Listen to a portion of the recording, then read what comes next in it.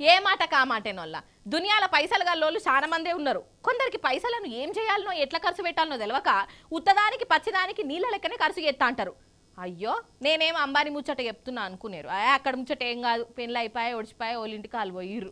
అయితే డైనాసర్ ముచ్చట చెప్తున్నా.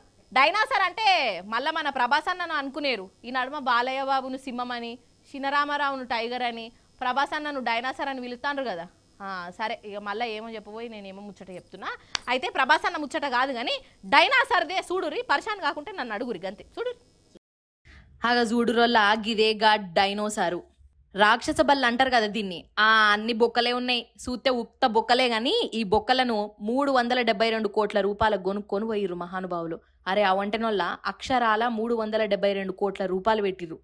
And now the much anticipated Lot 13 Stegosaurus apex, a mounted Stegosaurus skeleton. And Sotheby's is thrilled to present to you today Apex, the most impressive, likely the most complete, and probably the most important Stegosaurus ever to be uncovered, let alone to come to market.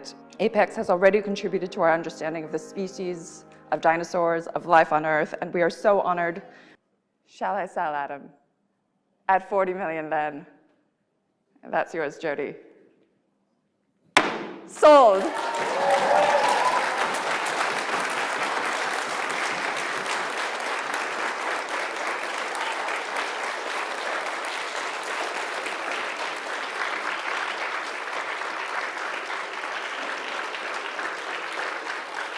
అంటే ఏందన్నట్టు మరి.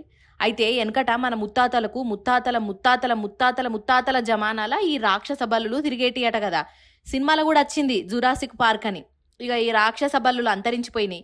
ఇక వాటి బొక్కలు అస్థిపంజాలు మాత్రం ఇప్పటికీ ఎన్నో జాగాలో దొరుకుతూనే ఉన్నాయి. ఇగో ఈ అస్థిపంజరం పోయిన ఏడాది బ్రెజిల్లో దొరికిందట. ఇక దీన్ని ప్రయోగాలు చేసి పరీక్షలు పెడితే ఇది దగ్గర దగ్గర 15 కోట్ల సంవత్సరాల కిందదట. నువ్వు వాయమ్మని 15 సంవత్సరాలు కాదు, 1500 కాదు, 15 కోట్ల సంవత్సరాలు. ఇక ఎప్పుర్రి ఎంత పాతదో. 27 ఫీట్లు పొడుగున్న ఈ డైనోసార్ను మంచిగా సెడి చేసి అర్రాసులో పెట్టిర్రు. ఇక దీన్ని కొనేటందుకు ఒక్కొక్కరు ఎగబడ్డరోల్లా. లాస్ట్కు బండకు బండ 372 కోట్ల రూపాయలు కట్టి ఒకడు పట్టుకపోయిండు. మరి ఈ బొక్కల బలిని ఏం చేసుకుంటాడో ఏం పాడో. మంచిగా షోర్వ పెట్టి బొక్కల కూర వండుకుంటాడా, లేకుంటే దిష్టి బొమ్మ లెక్క ఇంటికి షోక్ టాప్ పెట్టుకుంటాడా, ఏం పాడో మనకు తెలియదు. కానీ చూడు ఆఖరికి రాక్షస బల్లి అస్థిపంజరానికే 372 కోట్ల ఇలువ అంటే మరి మనిషికి ఎంత ఉంటుందోల్లా, ఎంత ఉంటుందేంది అసలు ఇలువే ఉంటే కదా. ఆఖరికి బల్లుల అస్థిపంజరం మందం కూడా మనిషికి ఇలువలేకపాయే అని అనుకుంటున్నారు వాళ్ళ రాసుకొచ్చిన వాళ్ళు.